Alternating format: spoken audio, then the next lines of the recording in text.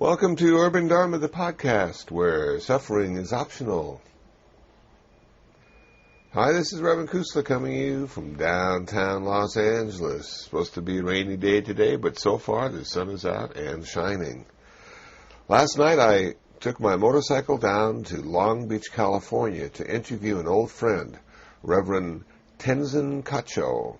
She has been ordained as a Buddhist nun now for over 21 years. And I wanted to speak to her about why she became a Buddhist and why she became a Buddhist nun, and the kind of work she's been doing since she's been a Buddhist nun.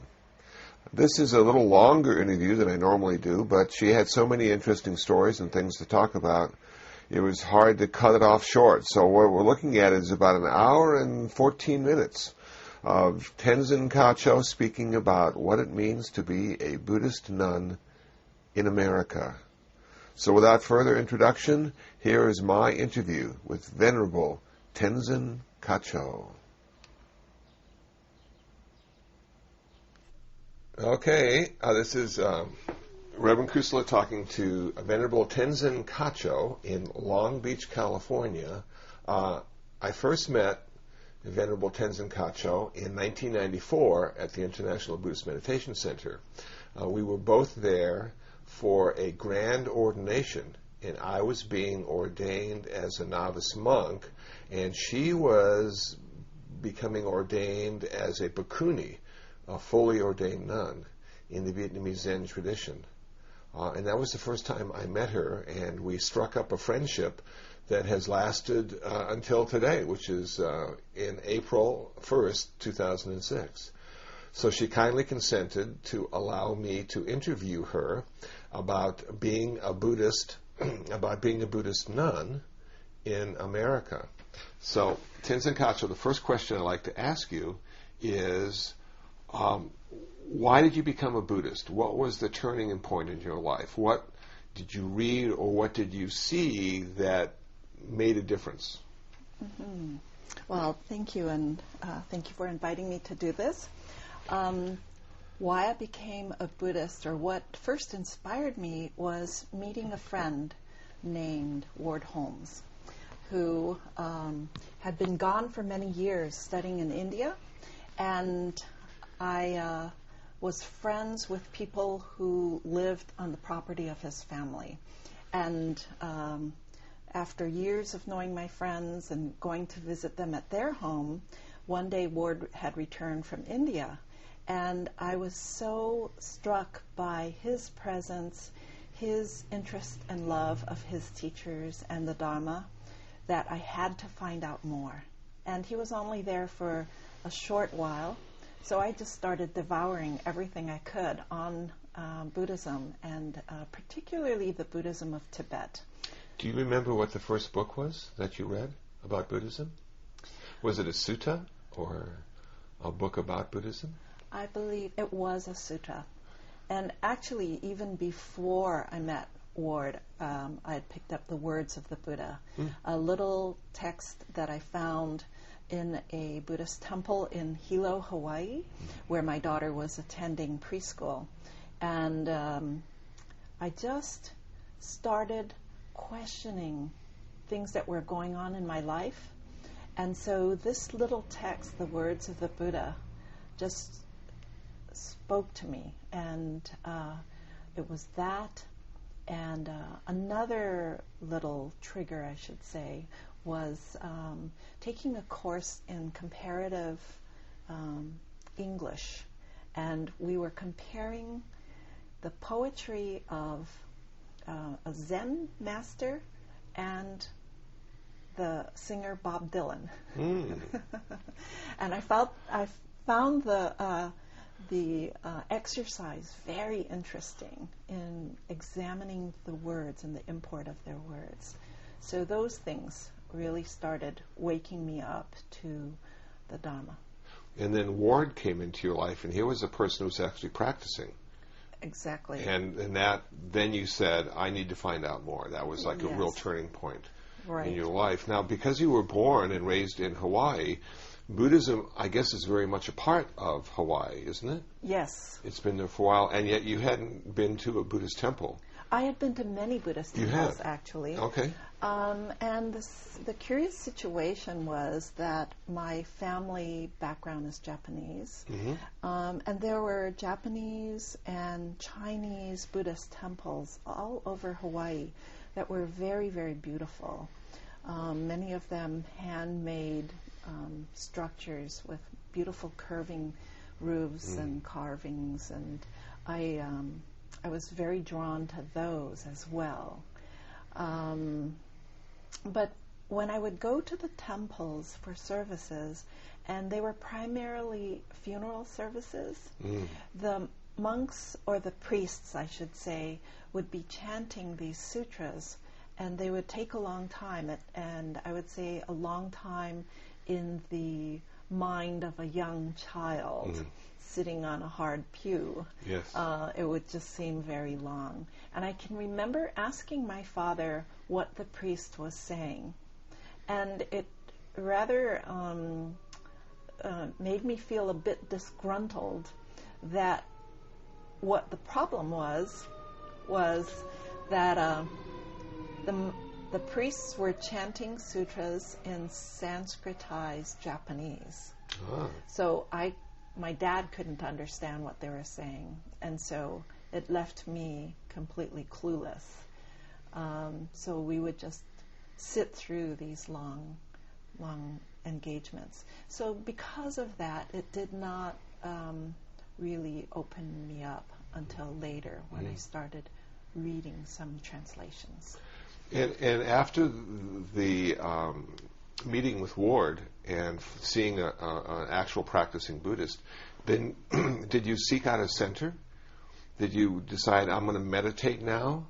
Or did that come later? Or because you said you went to find some more books, you wanted to read about it, you wanted to find out more about it. When did you first start to meditate? And what was the reason for that? Actually, I started exploring everything I could after that, reading everything, going to all kinds of centers, whether they were Hindu, Christian, Buddhist, going to hear lectures by different people who had come through and lecture in Hawaii on all different philosophies and religions, and I loved it. But the idea of practice and meditation did not really settle in me for a long while. And I guess where it really started becoming stronger as a field of practice for me was when I finally had an opportunity to move to a temple in Hawaii that was being resuscitated, renovated. It had been abandoned for many years, and it was going to be reestablished as a Tibetan Buddhist center after being a Japanese Nichiren center, abandoned after the sugar cane companies had consolidated their little towns, and this one was just left empty for many, many years. And it was there that I started studying what is called the Lamrim, which in Tibetan means the graduated, Lam is path, so the graduated path to enlightenment. And those teachings were very, very powerful for me. Now, with all the different kinds of Buddhism that we have in the world today, and we had back then as well, what drew you to Tibetan tradition, the Vajrayana tradition? Well, I could say that one was, it was a little exotic. It was a faraway land. It was with the Tibetan people who were living in exile in India and Nepal. Something on my own turf with the Japanese and Chinese temples just seemed perhaps too close. I don't know. But also there was this quality in my friend Ward, who had studied with the Karmapa, the previous Karmapa, and how he, whenever he would speak about his teacher, tears would flow from his eyes. And I just thought it was so unusual for a man to cry about his relationship with his teacher. And so this was one thing that made me inquire about the Tibetan Buddhist path, because they speak so much about the importance of a teacher. So that was one thing. Okay. So you were practicing, you were studying, you chose the Tibetan style of Buddhism, and you became, I guess, a lay person. Did you take precepts? Did you take a name on? Yes, I did, You did? but not for a while. Okay. I studied at this temple in Hawaii for a year, and then the Karmapa was making a tour of the United States. So there he did give refuge precepts, but I didn't take them at the time. To me, taking the precepts, the refuge precepts, was something so important, and I wanted to be very sure in doing them that I did not take the precepts, even though they were offered in California. And during that visit, it was kind of a pilgrimage where we followed the Karmapa from San Francisco, and we drove all the way up into Vancouver, Canada. And finally in Canada, I did take refuge with the Karmapa, and I received a name. They did a little clipping of the hair that they do when they give the refuge ceremony. And so it was there that I was launched, so to speak. Wow. Now, at that point in your life, were you living in the States on the 48, I guess? I was actually on my way to Boulder, Colorado, to live in Boulder and to study with Trungpa Rinpoche, Chogyam Trungpa Rinpoche. And you remember what year this is? That was 1974. Okay. And so I had taken refuge precepts. I had met Trungpa Rinpoche in San Francisco, and I asked him where could I go. I wanted to study with him because in Hawaii there was no teacher. We were just studying some teachings that were being sent and had been recorded from India. Okay. So. So 1974, I made my way to Boulder, Colorado, and studied for a few months with Trungpa Rinpoche. And as you look back in 1974, what was your take on Buddhism? Was it pretty mystical, schmystical at that point? Not mainstream, not a lot of books out? With Tibetan Buddhism? With Tibetan Buddhism? It was very new to me. Okay. But I was astounded by the number of people who showed up to see the Karmapa. I was born and raised in Hawaii, so I really did not have too much experience of living on in the continental U.S. So when we landed in San Francisco, the Black Crown ceremony that the Karmapa was giving was held in one of these big shipping warehouses along the docks in San Francisco, and there were several tens of thousands of people there. Wow. It was, I was quite amazed to see so many people there for this. And so being mystical, the ceremony of the Black Crown was something quite unusual and different. I attended it, but I did not. I was quite interested in who he was as a person, but I think they say that you need special kind of connection with this to really see what he's holding there as this mystical crown. And I tend to be much more, I would say,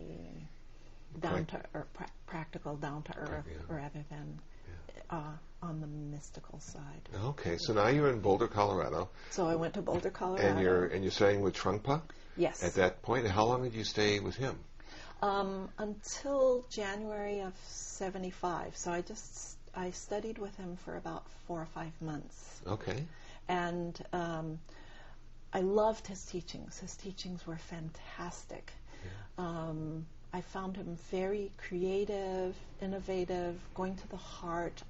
His book, Cutting Through Spiritual Materialism, Yes. had just come out. Okay. I found that a seminal text for us as Westerners, and really enjoyed his talks. What was confusing for me was the community and the conduct of the community, because there was a lot of carousing and a lot of drinking and what seemed like a lot of womanizing. And I was living there with my daughter, who was 5, and found also that it was very expensive to go to his talks. I had to find a sitter or to take her with every time. The teachings would be billed for 7:30 or 8 o'clock, but he wouldn't show up till 10. And he would expect us to sit there quietly until he showed up. And then I just found that confusing. I think there was perhaps what you could say skillful means in his style of doing what he was doing and the way he was doing it. But it was confusing to me to be listening to someone teach while smoking cigarettes and perhaps manifesting drunkenness, even though the teachings were so clear and wonderful. But the seed had already been planted for me to go to India. So is this when you decided to go to India after you Yes, left him? it was a decision. In Colorado? Yes, Okay. it was a decision. And I actually asked him that question, too. I said, What did you say to him? it took me 4 months to get an interview with him. And so I asked, I am enjoying your classes, but I'd also really like to study in India. And I have an opportunity to make money to go to India by going to work in Alaska. So what do you think about all this? And he just said, why don't you go on retreat? So I went to Shambhala, what is now called Shambhala Mountain Center, in the dead of winter, and did a 10-day solitary retreat in shamatha, just watching my breath for a minimum of 8 hours a day in a solitary cabin through a blizzard. Wow. And for a girl from Hawaii, that was quite a different experience. So I'll never forget that retreat. And it was very, very simple. I just heated the one little room with a wood stove and stoke it up in the morning and start a pot of brown rice on top of the stove and cook some brown rice. And I had raw carrots and brown rice for 10 days. Wow. And bathed once by rolling in the snow. Wow. So it was in this retreat that you decided India was calling you. To go on to India. Okay. Yeah.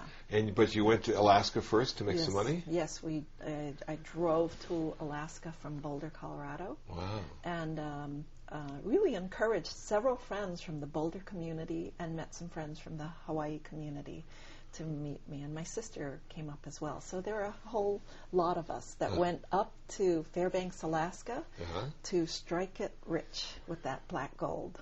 The oil, huh? Yes. Working for the oil Yes, companies.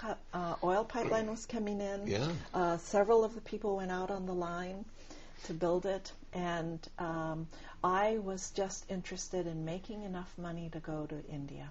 So I never went out on the line. I just worked as 2 to 3 jobs at a time, doing waitressing or working in a health food store and shipping supplies out from an office supply company out onto the pipeline.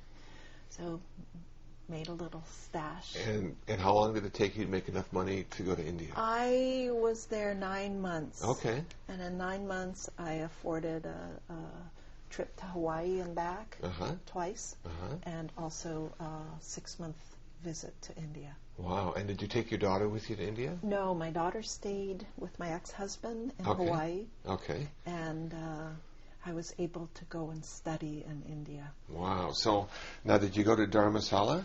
I went to Dharamsala. We went by coal train across India from Calcutta all the way to New Delhi and up to Pathankot, and then by bus up into the Himalayan mountains. Wow. Yes. And what kind of living arrangements did you have while you were there? I rented a tiny little room that was so tiny that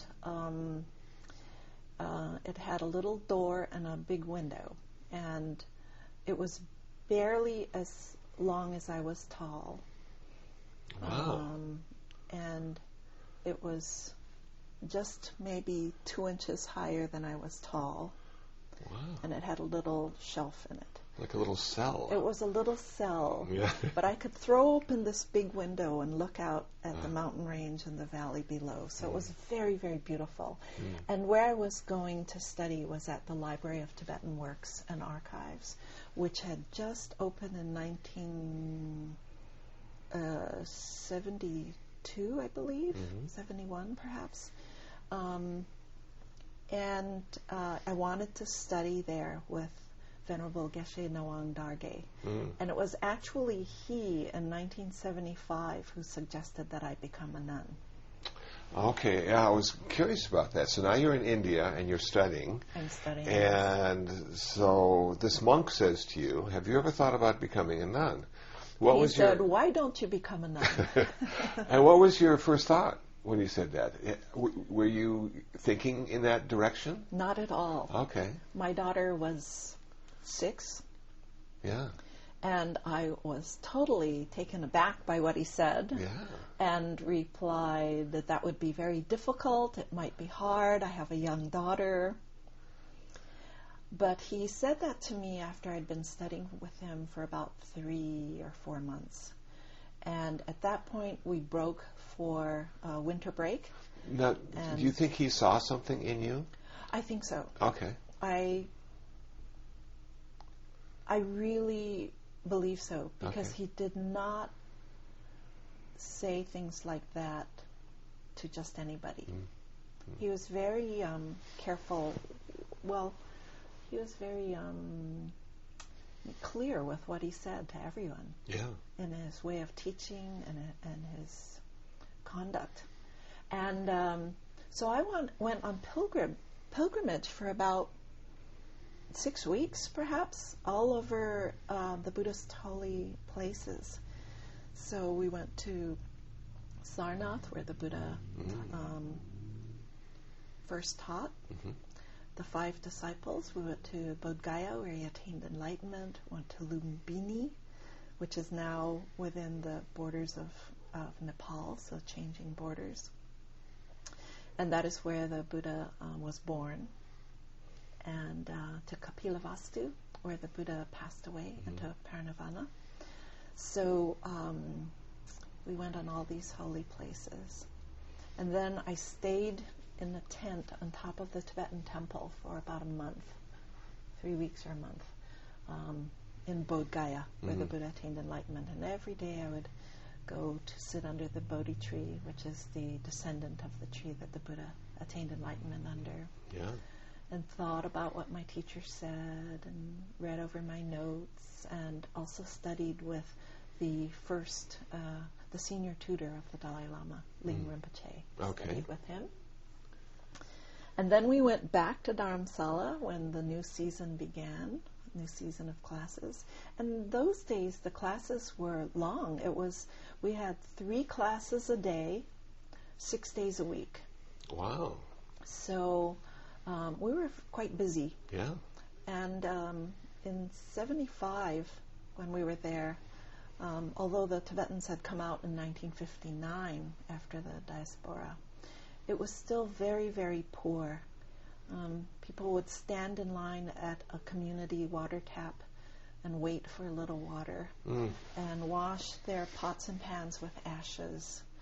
There were no toilets to speak of. We just would go find a shrub somewhere. And it was hard.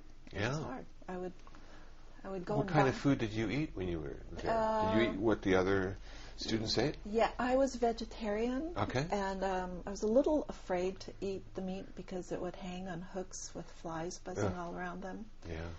And so we would prepare our own food, or sometimes go into little restaurants and buy some noodles and tea. Okay. So that's what we ate. And speaking of the meat, at first they used to slaughter the sheep and goats down below and haul them up to McLeod Ganj, where we used to live, where the big Tibetan community is. But then the butchers got smarter, I guess, and had the animals walk up the hill. Save them the work, huh? Yeah.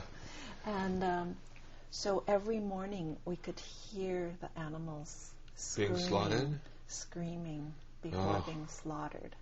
Did you say prayers for them? Oh, yes. Yeah. And my same teacher, Geshe Darge, suggested that we actually go and observe the event. Yeah. So one morning we did go to watch what they were doing to the animals, and that was very provocative. Yeah, what an eye-opener. Yeah. The suffering of the animals, but also the suffering of the people killing the animals. Yes, right. Yeah. Creating karmic consequences for themselves and others. Huh? Right, but because of the market was there. Yeah. For the meat eaters. Yeah. So where were we? Well, what an experience! But now you still haven't become a nun. You've been thinking about it. You've been taking classes, right? And so, what was the turning point? When did you decide that he was right?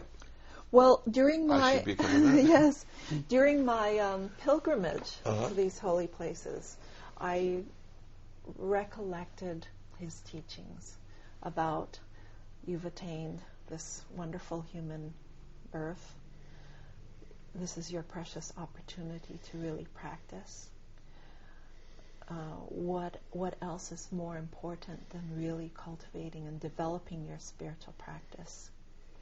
And so I thought about it, and after I returned from our pilgrimage, I made an appointment to see him, and told him that I'd been thinking about his suggestion that I become a nun, and told him I would like to do that.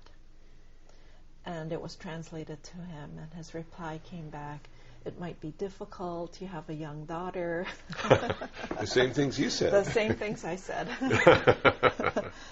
And then he said, "It would be wonderful."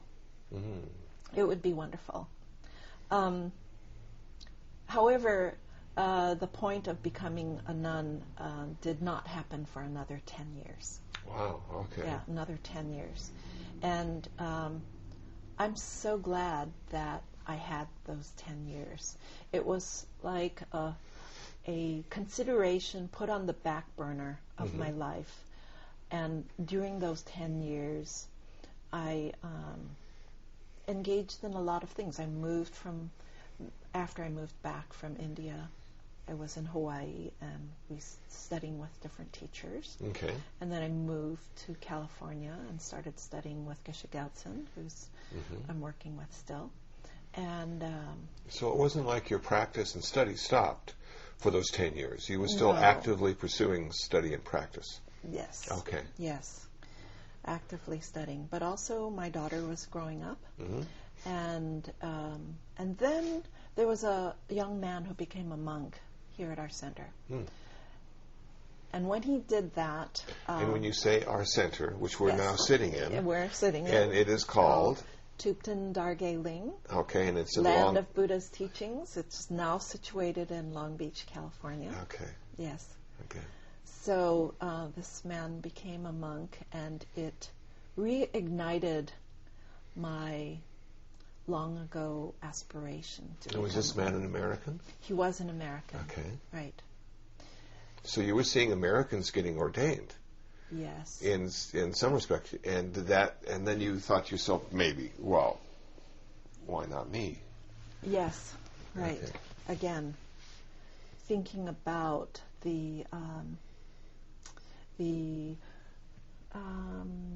how short our lives are, actually. And the older I get, the shorter it seems. For good reason. And the precious opportunity of being able to study and practice as a monastic is so rare and so special. Well, if I could just interrupt for a second. Yeah. I remember with great fondness what Geshe Gelsen said about that. I was traveling with him and other monks and nuns up to Vajrapani for a monastic conference. I think it was the second monastic conference. And he was asked to speak. And somehow I went with the group, with him up there. And we stopped off at a restaurant on the way to have some food, and we're sitting eating. And he was talking about Western monastics. And he said, Western monastics are like white crows. And I still remember that to this day. How rare Western monastics are. And he recognized that too. Yeah. But what he says now is not so rare. Okay, good. There are more white crows now. That's good. Good. Or maybe not so many white crows, but more Western monastics. Oh, good. Wonderful. Yes. So how did you get ordained then? Did you approach a teacher and say, I want to be ordained? I did. I really wanted to be ordained by His Holiness the Dalai Lama. I felt that I would keep my promise and my vows so much more closely more precious, because of my esteem for him as a teacher, as a monastic, as an exemplary figure of how to practice and lead my own life. And so I wrote a letter to him asking if I could be ordained by him. And in 1975, when I first thought about it, he was not ordaining, at least not women at that time. But by 1985, when I was finally ordained, and I had written the letter about a year ahead in advance, requesting this, and so it was set up, and I went back to India to be ordained by him. Now, as a woman, what do you see as some of the unique challenges when you became ordained as compared to a guy like myself? Well, you had to cut off your hair. Was that traumatic? Had you thought about that? No. Yes, I had thought about it, but I didn't feel it was particularly traumatic. One thing that I also organized was that after I was ordained, I would enter a nunnery in India, because I wanted other monastic examples around me. Other monastic women around you. And the monastic community around me. Yes. So that I could have many teachers in that sense, so to speak, of how they live their lives as monastics. So I also requested entry into Tibetan nunnery in Dharamsala. Okay. And lived with them for about 6 months that time. Wow. And was it a hard life in the nunnery? It was. Did you have a lot of work and study and practice? Okay. I had a lot of challenges because at that point I did not speak Tibetan. Okay. And I was also practicing not eating after noon. And I was also vegetarian in a non-vegetarian community. Wow. So sometimes I would not have anything except rice. And they'd want to put a whole lot of sugar on top of it to maybe sweeten my meal, I guess. I'll give you energy, maybe. Yeah, but I wouldn't want to eat the sugar. Did you have any health problems because of that? Occasional colds. Okay. It's very cold in the Himalayan foothills in the wintertime. Yeah. And so otherwise, no, I was quite good, healthy, and I loved living there. Challenges were more with some of my food and not being able to speak to people. Did any of the nuns speak English? There were 2 nuns who spoke English at the time, but they were very busy and had other duties.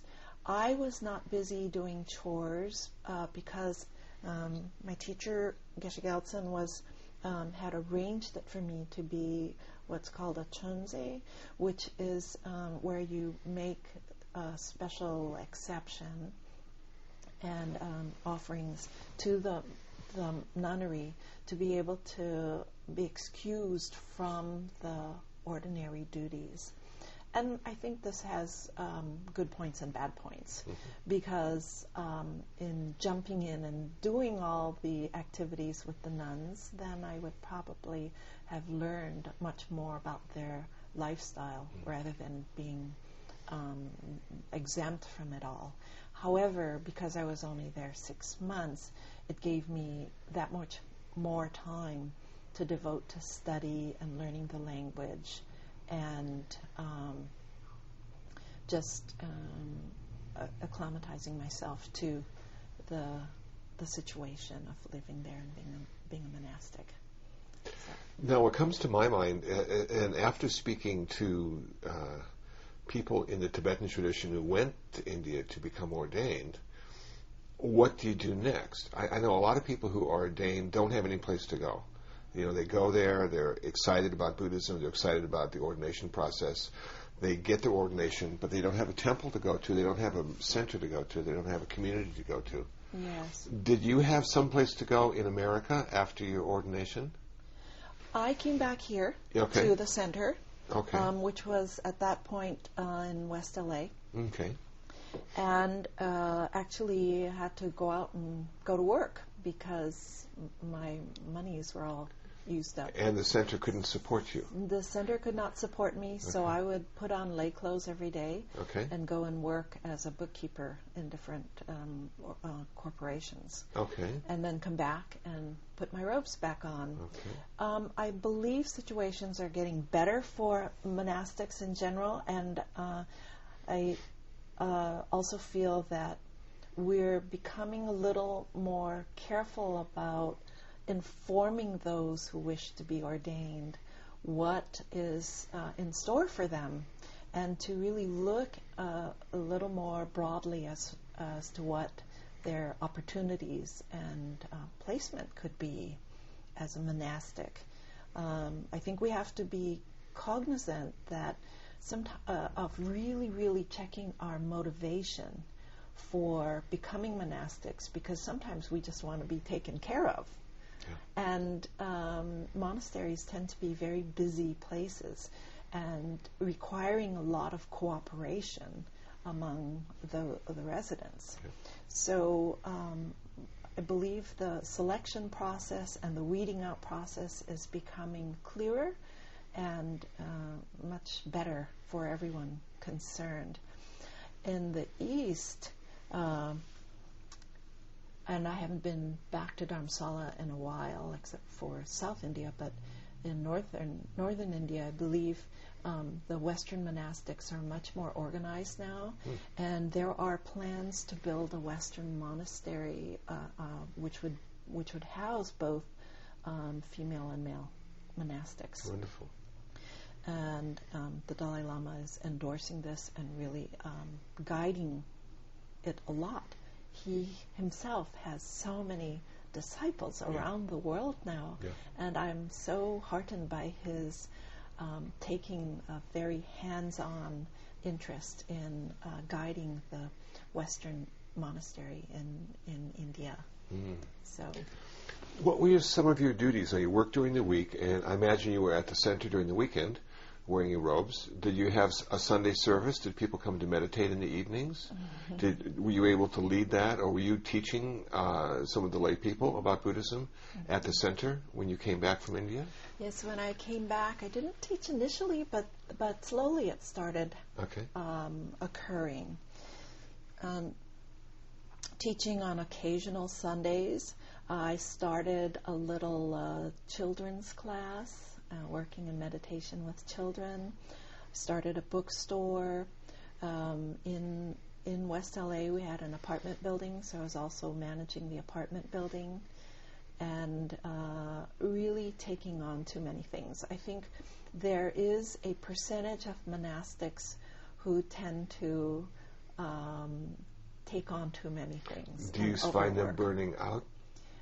I think there is that potential in different ways, and then having to step back and reassess. And we all have our own particular learning styles or tendencies of doing things. So I was one of those who was really taking on too much. And what did you decide to give up then? When that came to you and you said, I'm just doing too much and I can't do any of it? One way I would handle it would be to take occasional forays back to my nunnery. And was that like a retreat for you? It was really like a time of deepening my practice. Okay. I would get up very, very early in the nunnery, like at 3 or 3:30, and it was such a pristine, quiet time without the din of the community being so busy. So I treasured those early morning hours and would do some practice and meditation. And then I would walk down the hill to the Library of Tibetan Works and Archives. I started attending the classes there again and studying 5 days a week at this library, and participating with the nuns quite a bit too these other times. So just being with the nuns and having the opportunity to study, practice. I would also teach English to the nuns. And were you speaking Tibetan at this point? Yes, my Tibetan really increased. Just as a little sidebar, one of the ways it increased was while I was in California here. I took on a project of going on a monastic tour and being the coordinator for a tour, and we went to 11 countries over 13 months, and it was like a goodwill tour on one hand, but also to help raise funds to build a new temple for the monastery in South India. And we accomplished all of those things. It was great. And so my Tibetan language picked up very well during that, and also living with the nuns in India.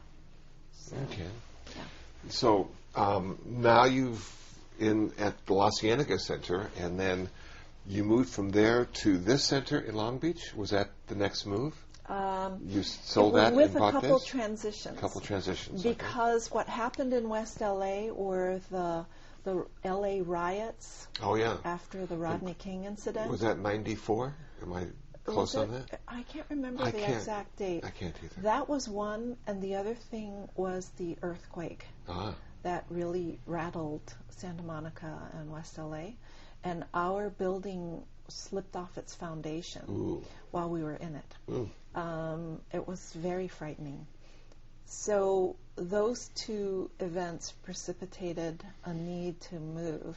Another event where I was alone in the whole building was a foiled drug bust outside our window, and I heard gunshots and watched 2 boys die outside my window.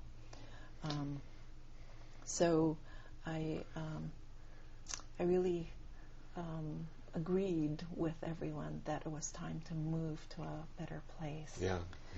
So, but the transition didn't go as easily as from here to one spot to another, because we had to determine how to dissolve that building and where were we going to move. So we lived in a trailer for a little while in a canyon in Malibu, thanks to a friend. And then we rented an apartment for a short while, and Geshe-la taught all over LA because we had no regular teaching place. And people would open up their martial arts centers for us, both in Pacific Palisades and in Atwater Village. And people's homes. We would teach in different people's homes until we finally got this place in 1997. Okay. This is a wonderful place. Yes. Yes. Then you moved in here, and then you decided, I don't know if you decided, but somebody decided it was time for you to have your own place or become a teacher in your own right. And there was a group in Colorado Springs, Colorado, that said, please send her up here. We want her as our teacher. Right. They were asking for a resident teacher, and I chose to take on the post. Okay. And that was in 98, I believe. Yes. Prior to that, I'd been hopping around a little bit. One of my mentors is Venerable Thupten Chodron, who was really encouraging me to teach. And so I was spending a lot of time with her in group retreats or at her center in Seattle. And so I also started teaching in Seattle and in Fairbanks, Alaska, and in Colorado. But when the Colorado group said they wanted a resident teacher to come and stay there, I decided to move. And in moving, you also decided to go back to Boulder, I guess, and get your master's degree in Buddhist studies?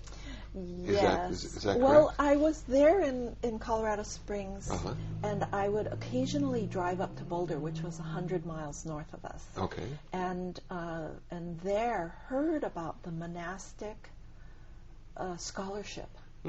So I decided to apply and see, and I was accepted, and then needed a little vehicle, the same one I'm driving now, which now has 210,000 miles on it. Wow. But I had to commute to Boulder generally twice a week, a 200-mile round trip, which was very challenging in the spring snows particularly. I bet. Going over mountain passes.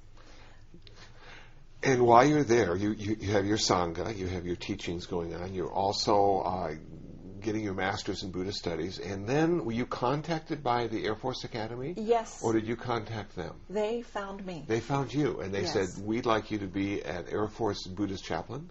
Yes. Okay. But I had to go through a lot of clearances. Yes, I bet. Military. Background checks and things? Background checks and security clearances. And but I actually started there before I went to Boulder. Okay. There was a young cadet, one cadet, who was very instrumental in starting the Buddhist group there. And I worked with him for 4 years at the Air Force Academy. And the Buddhist group continues today. I was there for 5 years. And now Sarah Bender has continued the group in the Zen tradition. But I really, really enjoyed being with the cadets. If you have been to the U.S. Air Force Academy, it is up against the mountains, the Rocky Mountains, close to Pikes Peak, and it's about 7 or 10 miles from the gate to the chapel. Wow. So they are somewhat cloistered away, and I I jokingly do the analogy that the cadets and my life are very similar in the fact that they wear a uniform like I do. We have similar hairdos, and we have a code of ethics. Yeah, that's right. And so I really enjoyed working with them because they're somewhat isolated there, Sure. and work very hard. How did you work with the first precept? Because as a Buddhist, the first precept we take is not to kill. Yes. And these men and women are being trained to be warriors in the same way the historical Buddha came from the warrior caste.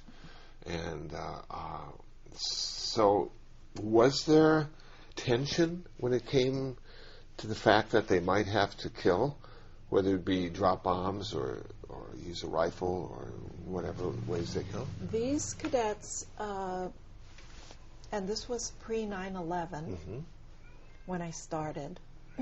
So we were looking at a more idealistic philosophy towards their life as an Air Force pilot or a military person. So this precept of not to kill, they also hold. They tell me, and it's come from different cadets over the years, that they are the last persons that want to engage in battle because they know the conditions of what they're getting into, and that they consider themselves peacekeepers. Now, you can take it any way you want from that. And so I would often discuss this area of birth, sickness, aging, and death, the condition of our human existence, and looking at that more than not to kill. Really having them try to look at what happens to this life as a human being, regardless of if you're in a uniform or not. Then 9/11 hit. And everything changed. Everything changed. And it became extremely difficult to go through the security to get into the academy because they would check our cars, our engines, our trunks, put mirrors under our cars to see how they were. And so the clearance to get into the academy was much more tedious and hard. But from what I understand, there really has been only a minimal drop-off of young men and women applying to the school. I think that there's still a huge number of young Americans and their parents probably who esteem the education that one can get at the academy. And there's also a very strong, it's a difficult school to get into. Not only do you have to excel academically, but also you need to be strong physically and have some affinity to the military life. So it really calls upon a certain kind of person to even consider going there.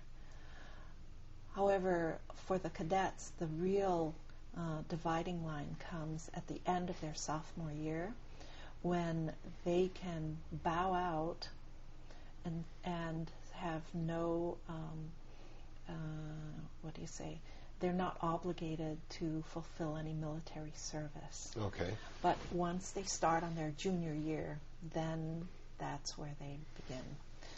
They have to repay the U.S. government. So I'm sure that's a big deciding point for them.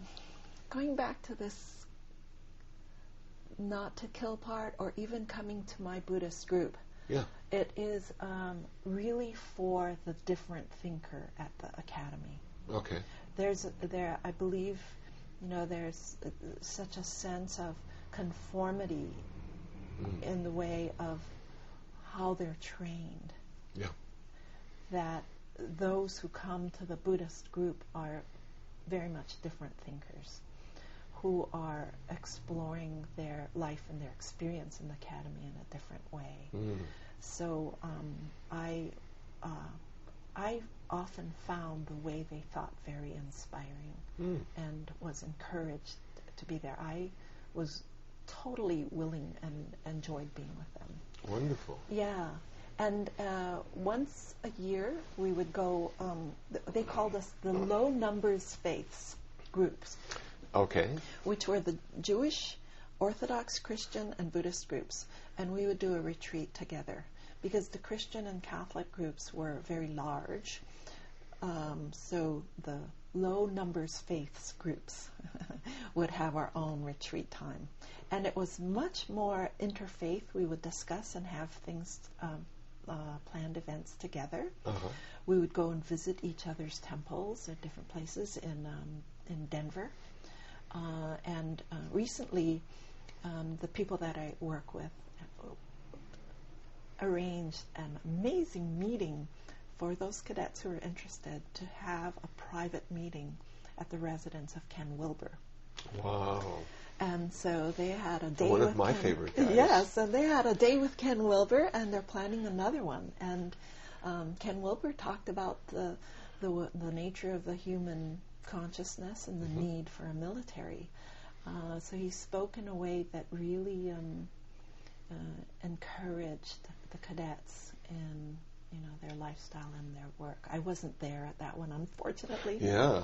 But and even King Ashoka, the famous Buddhist king, yes. didn't disband his military because he realized having a military was a way of protecting the citizens. Yes. Yeah. So it's not like I suppose we can get rid of them. No. Because the world would turn into chaos. That's right. So it's interesting that we have to come to a place of peace with that. Yes. If we want to keep our mental health. Right. Yeah. Yeah. So how long were you in Colorado Springs? I was in Colorado Springs for 7 years. 7 years. And then you decided to come back to Los Angeles? I finished my degree at Naropa University and decided, partly because of the economics of the group. There's a wonderful group of students always trying to sustain me in Colorado Springs, but it was quite challenging. And so I decided that perhaps it was a cooling out period, and it would be good to take a break after being there for 7 years, as I had gone there on a 1-year trial. Wow. Wow. So I decided to do a 3-month solitary retreat. Okay. And just before I entered retreat, we got word that His Holiness the Dalai Lama accepted our request to host his teachings here in Los Angeles again. So this was just last March, was it? And so I took on the coordinatorship of this visit, and so moved back to LA after my retreat. Wow.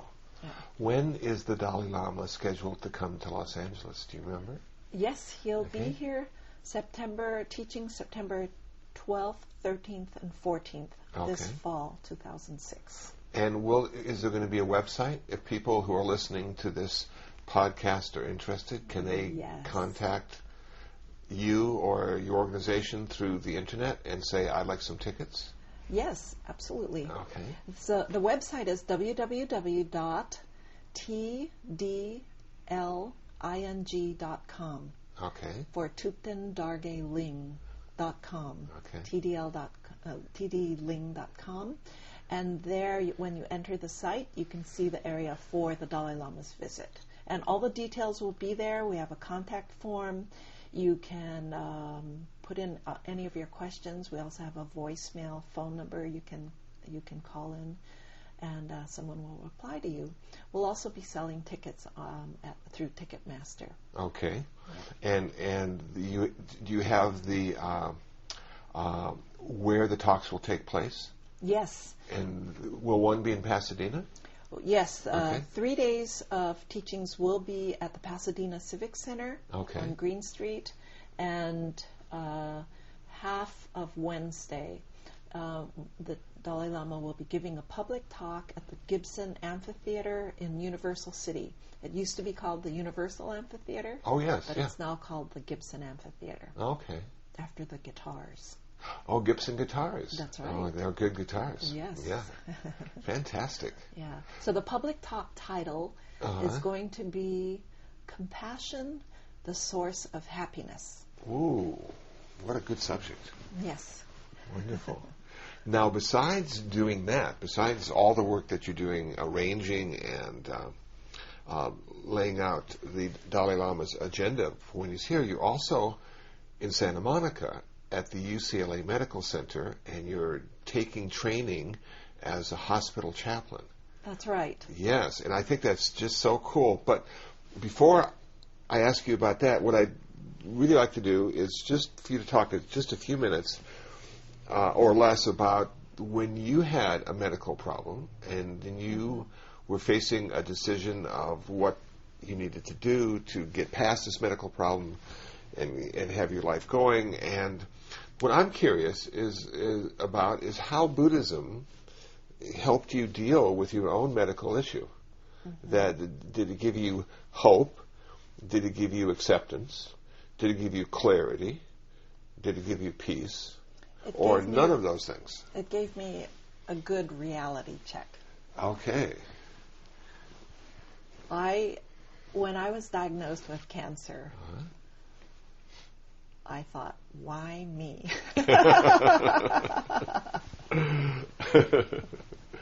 I've been so good. Exactly. I've been practicing so well. Why me? And so a lot of self-cherishing and upset came initially. But the teachings really help when you go back again. First noble truth of aging, sickness, and death, the inevitable. And this, I keep going back to the Four Noble Truths. They are infallible. They help me again and again. And we keep going into this place of forgetting or denial or whatever we go into. But the teachings are so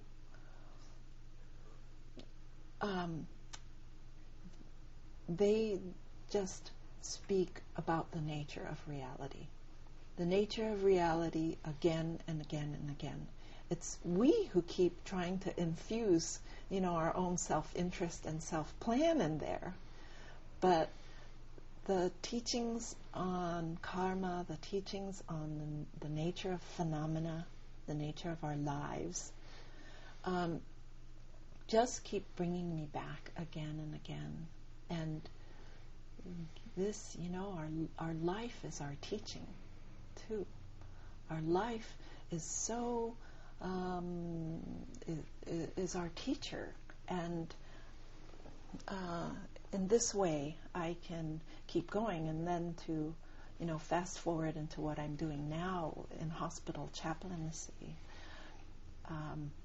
I find the people in the hospital are my teachers too. Now, those are the patients, or These the are the nurses, the doctors, the other chaplains? The patients, particularly in having to deal with their own sickness, their suffering, their surgeries, their whatever is occurring for them. And some people are absolutely inspirational in the way they deal with the karmic throw of the nature of their body or the nature of their sickness. And other people are teachers for me in the way of saying, boy, you see their suffering even more when they are caught up in it with the complaints and the grumbling and demands that come from a person who is suffering in sickness. Mm-hmm. And chaplaincy is just a wonderful practice. From being a teacher for so long, it's almost like being in your ivory tower. But Okay. when you're actually on the floor working with the patients, you have to deal heart to heart. People, perhaps especially in their sickness, can see through inauthenticity right away. And So you can't be a phony in you there. can't be a phony, and so you watch your own aversion or your own heart going out to these people, or your own interest.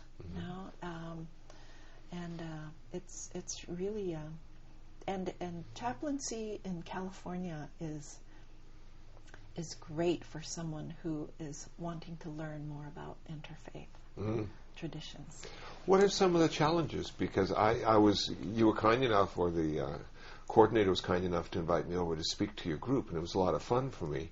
But you do have a diverse chaplains group there. Yes. And how does everybody get along? Do they all sort of come to a place of acceptance with the diversity of religious views, or is there some tension sometimes, or misunderstanding sometimes? The particular group, as it stands now, is very harmonious. Okay. We're getting along wonderfully. Great. A couple people had dropped out, and I believe they had a conflict in interests, and so moved on. Yeah. But I can see even on the floor when I'm working with the patients that there's an openness and an interest. Some people really want to go straight to the heart of their spiritual practice. And as a Buddhist nun who grew up in Hawaii in such a diverse community too, I have never said the Lord's Prayer so many times as I have in these last few months in chaplaincy. And I'm really enjoying it. I'm appreciating saying it and having the opportunity to say it with some people who pray with so much heart. Yeah. And I'm learning Jewish prayers and other healing prayers, and working.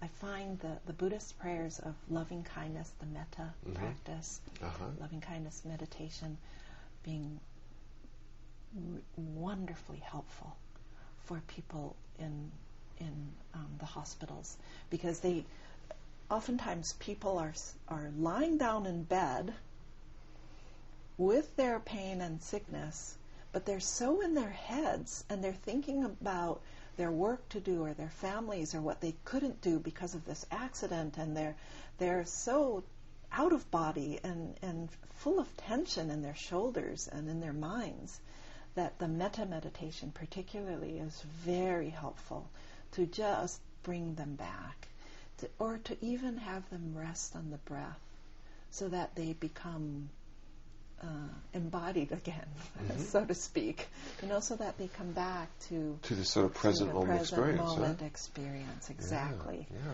So that they can enjoy connecting themselves, for a moment. Yeah. And some of the discussions are really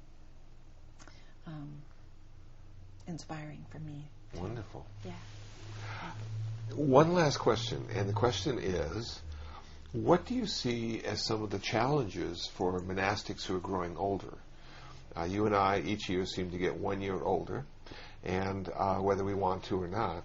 And we were talking yesterday or the day before about the challenges of getting even health insurance sometimes. It's not available to us. Right. Are we going to have Social Security? Are we going to be able to go to a rest home, or will there be a temple or a center available to us? So as a Western monastic, and you've been ordained for how many years now? Almost 21. 21 years. Congratulations. That's Thank wonderful. you. What do you see as some of the challenges for both of us as we go into our twilight years? Yes. I think if we're really sincerely practicing, and perhaps the teachers have a different category somewhat, but there tends to be a group of people who esteem the Sangha and help. So even though we may have a very minimal stipend, I always seem to make it because people are very kind and helpful. But I am concerned about something like health insurance, which I've been denied as an individual. I think as aging monastics, unless we are involved in some group somewhere, some corporation, maybe in a larger working facility, we have to fend for ourselves, and this is daunting. And already we're challenged as being white crows. So we have a lot to work with, and I believe we're paving the way for the next group of monastics who'll come, and friends have approached me at different times as to how we can work around this and develop group insurance for monastics, regardless what tradition we're in or what center we're associated with. But it hasn't really gone very far. I haven't put too much energy into it. I think this is an important one. So in a way, we're sort of pioneers. If we can figure out how to get old and die as a Buddhist monastic in America, the generations behind us will have that as a template in a real way. Yes. Yeah. Yeah. I think as pioneers, we also have to really practice as well as we can with being in the 21st century, being educated in the Western school system as well as the Buddhist traditions, that we need to synthesize what we can and really pave our own way besides paving the way for others. It is a very exciting time to be a monastic, because we're not encrusted by formality and tradition, that we do need to keep our eyes open as to working with greater conscientiousness and clarity. Yeah. That we're doing things and not just setting the stage for more rigidity in formal practice, not practice in meditation, but practice in the way of lifestyle. So we're not burdened with the centuries of tradition.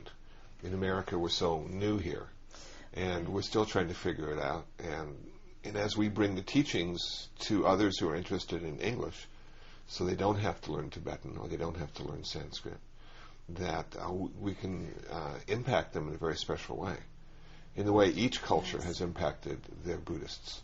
Yeah, it's true, isn't it? Yeah, by making Buddhism theirs. Right. Yeah. Right. There's a comment, as being really good practitioners too, that I've read in the text somewhere, which is so sweet, that they say, if you're really practicing well, and you're in the mountains somewhere, meditating, that if your practice is sincere, the noodles will even roll up to you. And that you don't even have to go down for your food. I like that. That's good. And I think it's true, as a beautiful symbol of sincere practice. And I really mean this for for people regardless if they're monastics or not. Yeah. Wonderful. Yeah. Could you share with us one more time the name of the center where you live in Long Beach, and also the website, so they could, if they're interested in finding out more about you or the center or the Dalai Lama and his tour, they could come to www.tdling.com and just enter the site, and there'll be other links to the Dalai Lama's visit this coming September 12th, 13th, 14th, 2006 in Los Angeles. And there's also a voicemail too. So that voicemail number is 213-987-2927.